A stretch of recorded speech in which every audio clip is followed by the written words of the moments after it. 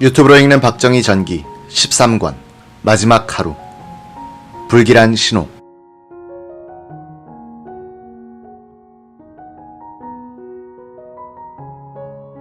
박정희 대통령은 삽교천 방조제 담수비 제막을 마친 뒤 주위의 평야에 야적된 볕단을 바라보더니 수행한 관계자들과 출입기자들을 향해 말했다. 물이 괜 노는 십자형으로 나무를 세우고 벼를 다발로 묶어 그 위에 걸쳐 말리면 습기가 완전히 제거돼서 벼 이삭도 잘 건조됩니다. 시동을 건 채 대기하고 있던 공군 1호기에 오른 대통령은 헬기가 이륙 준비를 하는 동안 먼 들판을 응시했다. 기체가 떠오르기 직전에 그는 좀 떨어진 곳에 모여있던 출입기자들에게 손을 흔들어 보였다. 비공식 행사가 기다리고 있는 당진을 향해 출발한 시각은 11시 40분경.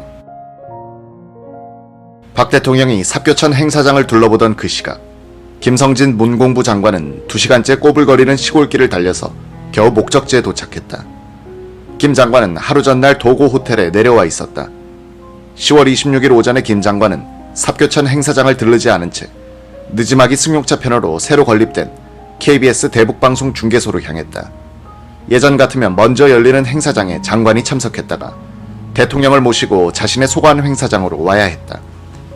차지철의 경호실은 대통령과의 과잉 접촉을 근절한다는 이유로 이 관례를 바꾸어 주무장관은 자신의 행사장에서 대통령을 기다려야 했다. 건평 500평 남짓한 2층 건물에 안테나 2개가 솟아오른 자그마한 중계소는 아주 후미진 곳에 세워져 있었다. 이곳은 중앙정보부가 관할하고 있었으므로 아침에 김재규가 대통령 전용기에 동승할 뜻을 비쳤던 것이다. 김 장관이 중계소에 상주할 직원들과 함께 건물을 먼저 둘러보는 동안 맑은 가을 하늘에서 헬리콥터 소리가 들리기 시작했다. 잠시 후 왕몰에 섞인 먼지바람을 일으키며 공군 1호기와 2호기가 중계소 앞뜰에 착륙했다. 2호기에서 내린 경호원들이 경호 배치를 한 후 1호기에서 박 대통령이 내려오고 차지철이 그 뒤를 따라 내려왔다. 대통령을 모시고 행사장으로 간 김 장관은 대통령과 함께 중계소 현관 앞에서 준공과 개관을 축하하는 테이프를 잘랐다. 그리고 건물 안으로 들어가 몇 가지 시설들을 설명한 뒤 미리 준비해둔 방으로 안내했다. 시멘트 냄새가 채 가시지 않은 방에 들어선 박 대통령은 의자에 털썩 앉았다. 그 순간 김 장관은 흠칫 놀랐다. 그토록 또렷하던 대통령의 날카로운 눈빛이 간데 없었어요. 나를 바라보던 눈빛은 쾌행하니 안광이 비어 있었습니다. 더구나 얼굴에는 윤기도 없고 대통령 특유의 긴장감도 없었습니다. 마치 죽은 사람의 얼굴을 보는 것 같았습니다. 잠시 침묵이 흘렀다. 김 장관, 나 물 한 잔 줘.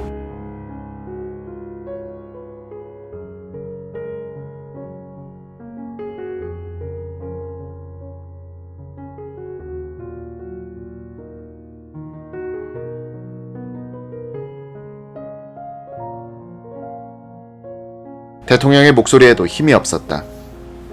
1시간도 채 걸리지 않은 작은 행사를 마치고 대통령이 이렇게 기진맥진한 채 물을 청하는 모습에 김성진 장관은 목이 맸다. 냉수를 받아든 대통령은 단숨에 꿀꺽꿀꺽 다 들이켰다. 그러고는 어깨에 힘을 쭉 빼더니 의자에 비스듬히 기대며 묵묵히 무엇인가 생각에 잠기는 듯했다. 그때까지 박 대통령을 만 9년 동안 모셔왔던 김성진으로서는 처음 보는 광경에 애가 탔다. 김 장관은 불안해졌다. 어디가 편찮으신가? 아니면 삽교천 행사 때 무언가 마음에 들지 않은 언짢은 일이 있었나? 그렇다고 대통령에게 함부로 물어볼 수도 없었다. 잠시 후 대통령은 밖으로 나가 예정된 기념식수를 한 뒤 헬리콥터로 향했다. 헬기 동승자 명단에 포함되지 않았던 김 장관은 대통령의 뒤를 따라가다가 헬기 문 밖에까지 전송하게 됐다. 헬기에 올라탄 박 대통령은 김 장관을 보더니 왜 안 타나? 라고 했다. 행사 후 KBS 직원들과 동네 유지들을 모시고 점심을 같이 하기로 되어 있었던 김 장관은 대통령의 최근에 헬기로 뛰어올랐다. 먼지를 일으키며 1호기가 이륙했다. 뒤따라 이륙을 시도하던 2호기는 엔진 고장을 일으켜 주저앉고 말았다. 약 30분 동안 2호기는 KBS 중계소 앞뜰에서 긴급 수리를 해야 했다. 먼저 이륙한 1호기는 1시간 전에 행사를 치렀던 삽교천 방조제 부근 상공으로 비행했다. 그동안 대통령은 아무 말 없이 무슨 생각에 골몰하는 듯 하더니 갑자기 아래를 내려다보며 뭐라고 혼자 중얼거리기 시작했다. 옆에 앉은 김 장관이 귀를 기울여도 무슨 말인지 통 알아들을 수 없는 말을 혼자서 계속했다. 그러더니 갑자기 김 장관에게 얼굴을 돌리고는 이렇게 물었다. 그렇게 하면 안 되지. 말뜻을 알아차리지 못한 김 장관이 머뭇거리자 박 대통령은 아무 일도 아니었다는 듯 또다시 깊은 생각에 잠기는 것이었다. 도고호텔 앞마당에 공군 1호기가 착륙한 것은 12시 40분이었다. 소음으로 가득 찬 좁은 공간에서 바람과 먼지가 휘말려 올랐다. 마당 한 구석에 있는 사슴 사육장에서는 헬기 소리에 놀란 새끼 뱀 사슴 한 마리가 머리를 벽에 들이받고 죽었다. 이딴 사고들은 대통령에게 보고되지 않았다. 도고호텔 2층 회의실에서는 오찬이 있었다. 대통령의 좌석은 맨 끝에 독상 차림으로 마련돼 외딴 섬처럼 느끼게 되어 있었다. 그 좌우로 길다란 탁자가 배치되어 있었고 손수익 충남지사 등 17명이 앉았다. 예전에는 대통령과의 오찬 석상에서 비서관들은 예의를 깍듯하게 차리면서도 유쾌한 분위기를 만들어 나가는데 지혜를 모으곤 했다. 웃음도 있었고 농담과 재담이 넘치곤 했다. 그날 김성진 장관은 딱딱하게 말라버린 가랑잎 같은 존재들만이 대통령을 저 멀리 쳐다보면서 밥술만 뜨는 참으로 한심하고 송구스러운 점심으로 기억했다. 농담은 대통령이 주로 했다. 대통령은 김원기 장관이 뜻밖의 중공식장에 나타나 이상하게 생각했어 라고 말했다. 김 장관이 당진이 제 고향입니다 라고 말하자 대통령은 그렇군 이라고 가볍게 받으면서 농담조로 이런 말도 했다. 이일 장관이 청와대에 있을 때는 쌀값을 높게 책정해서는 안 된다고 하더니 농수산부 장관이 되자 추곡 수매가를 올리자고 하는데 입장이 바뀌면 모두 그렇게 되는 건가? 박 대통령은 또 7일 전에 있었던 싱가포르 리카뉴 수상과의 대화 내용을 소개했다. 이 수상이 그러는데 공산당과의 싸움에서는 내가 죽든지 적을 죽이든지 하는 두 길밖에 없다는 거야. 어중간한 방법으로는 안 된다는 거야.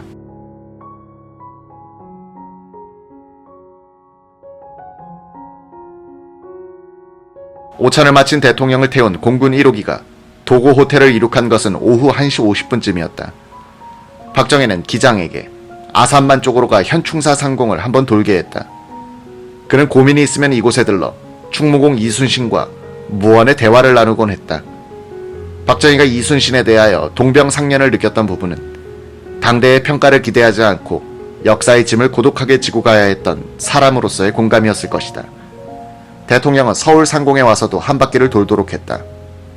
박정희는 가끔 국토개발 현장을 시찰하면 꼭 내가 그린 그림을 보는 것 같아 라고 말하기도 했었다.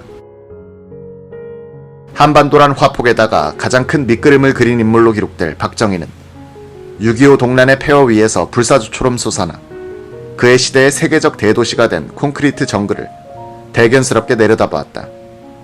그는 강남과 강북을 잇는 다리들을 가리키면서 다리가 참 많군 하며 새삼 감탄하기도 했다. 1979년 10월 26일 오후 2시 30분쯤 대통령이 탄 헬기는 청와대에 착륙했다. 수석 비서관들을 태운 2호기가 먼저 도착하여 착륙장에서 사람들이 기다리고 있었다. 대통령은 이들에게 손을 흔들면서 내렸다. 기분이 좋아 보였다. 본관 1층 대통령 집무실까지 수행한 김계원 비서실장, 차지철 경호실장, 천병득 수행과장에게 대통령은 수고했으니 쉬어 라고 했다. 화창한 가을날에 농촌지역을 한 바퀴 돌고 와서 그는 기분전환이 된 것 같았다. 열흘 전에 터졌던 부마 사태와 아직도 골치를 썩이고 있는 김영삼 총재의 의원직 제명 뒤의 신민당 사태도 잠시 잊을 수 있었다. 도시에서 짜증난 것을 농촌에서 상당히 푼 셈이었다. 오전에 지방으로 출장을 갔다가 돌아온 날의 오후에는 청와대에 머무는 것이 대통령의 습관이었다. 차지철 실장도 대통령의 이런 습관을 익히 알고 있어 자신의 사무실로 돌아와서는 부하들에게 수고했어, 쉬어라고 했다. 오후 4시쯤 이재전 경호실 차장은 실장실에서 차지철과 가벼운 이야기를 나누고 있었다. 이때 인터폰이 울렸다. 짧은 대화 끝에 전화기를 놓은 차 실장은 부관에게 정보부장을 대라고 했다. 김재규 부장에게 짤막한 통보를 한 뒤에 그는 천병득 과장과 경호원들을 불러 경호 준비를 시켰다. 차 실장은 오늘은 좀 쉬시지 라고 중얼거리면서 좀 짜증스러운 표정을 지었다. 만 62세의 건강한 호라비 박정희는 이날의 농촌 나들이로 고향된 기분을 풀 수 있는 방법을 청와대 안에서는 찾을 수 없었다. 오후 6시에 그가 2층 내실로 물러나면 거기에는 너무 넓은 침실이 기다리고 있었다. 그의 곁을 떠나지 않은 것은 방울이란 이름을 가진 스피츠 한 마리와 가려움을 긁어줄 효자손뿐이었으니. 오후 3시를 조금 지나서 박정희는 집무실 문을 열고 나왔다. 이광영 부관이 보니 슬리퍼를 신고 있었다. 콧노래를 흥얼거리며 어깨춤을 추듯 몸을 흔들흔들했다. 벌떡 일어선 이광영, 이해란 두 사람과 눈이 마주치자 눈웃음을 지으면서 신경 쓰지 말고 일이나 계속해 라는 신용을 했다. 이발기구와 의자가 설치된 화장실로 들어간 박정희는 잠시 후 다시 나와 집무실로 들어갔다. 그때까지 콧노래는 끊이지 않았다. 오후 5시를 조금 넘어 대통령은 임방현 대변인에게 인터폰을 걸었다. 연두 기자회견은 어떻게 되어가나? 이미 준비에 착수했습니다. 참 잘했어. 아주 잘했어. 대통령은 계속 기분이 좋아 있었다. 10월 26일 오후 4시 10분쯤 남산 정보부장실에 있던 김재규는 차지철의 전화를 받았다. 오늘 저녁 6시에 각하를 모시고 대행사가 있습니다.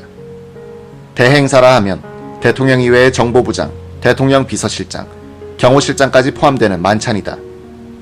4시 10분경 궁정동 정보부 시설의 본관에 있는 부장의전비서 윤병서 사무실에 정보부 의전과장 박선호가 와 있었다. 이리로 청와대 경호실 경호처장 정인영이 전화를 걸어왔다. 박선호가 받으니 정인영은 대행사가 있다고 했다. 심부름을 할 여자 2명을 준비해달라는 당부도 함께했다. 정 처장은 박선호와는 해병대 제16기 간부 후보생 동기였다. 둘은 형제처럼 친했다.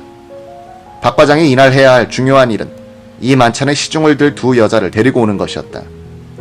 그는 가수 심수봉과 하루 전에 만나서 보아둔 영화배우 지망생 신재순의 집에 전화를 걸었다. 신양은 오후 5시 20분까지 플라자 호텔 커피숍에서, 심수봉 양은 오후 5시 30분에 뉴 내자 호텔 커피숍에서 만나기로 약속했다. 박선호로부터 행사 준비 지시를 받은 식당 책임자 남효주 사무관은 식당 전용차 코티나 운전사 김용남에게 경기도 고양군 신도면 원당읍에 있는 원당 양조장으로 가서 막걸리 석 대를 사오라고 시켰다. 최근 들어 대통령은 양주를 많이 마셨지만 언제 막걸리를 시킬지 몰라 준비를 시킨 것이었다. 김재규는 남산의 부장실을 출발하여 오후 4시 20분쯤에 궁정동에 도착했다. 정보부장 수행비서관인 육사 18기 출신의 현역대령 박흥주가 부장 승용차의 앞자리에 타고서 수행했다. 부장차가 궁정동 본관에 당도하니 박선호가 기다리고 있다가 차에서 내리는 부장에게 귓속말로 무엇라고 보고를 했다. 박 대령은 오늘 행사가 있구나 하고 직감했다. 박 대령은 부장의 서류 가방을 들고 윤병서 비서와 함께 2층 부장 집무실로 따라 올라갔다. 박흥주 대령은 오후 3시경에 부장이 이발을 할 수 있도록 이발사를 불러두었다. 그 이야기를 했더니 김재규는 오늘 각하께서 일찍 오시면 곤란하니 내일 이발을 하도록 하지 라고 했다. 오후 4시 40분경 김재규는 1층 윤병서 의전비서의 방에 있던 박흥주 대령을 인터폰으로 찾았다.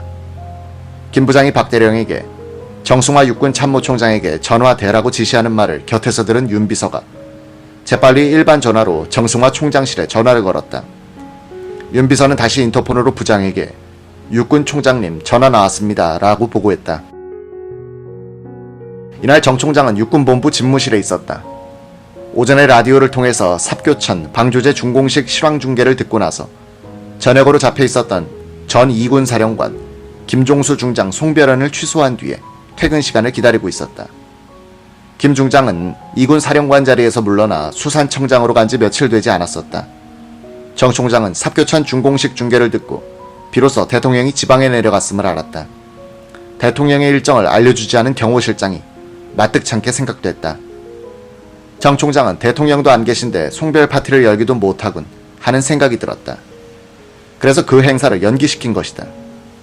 이때 수석부관 황원탁 대령이 방으로 들어왔다. 김재규 중앙정보부장이 직접 전화를 걸었습니다. 정 총장은 수화기를 들었다.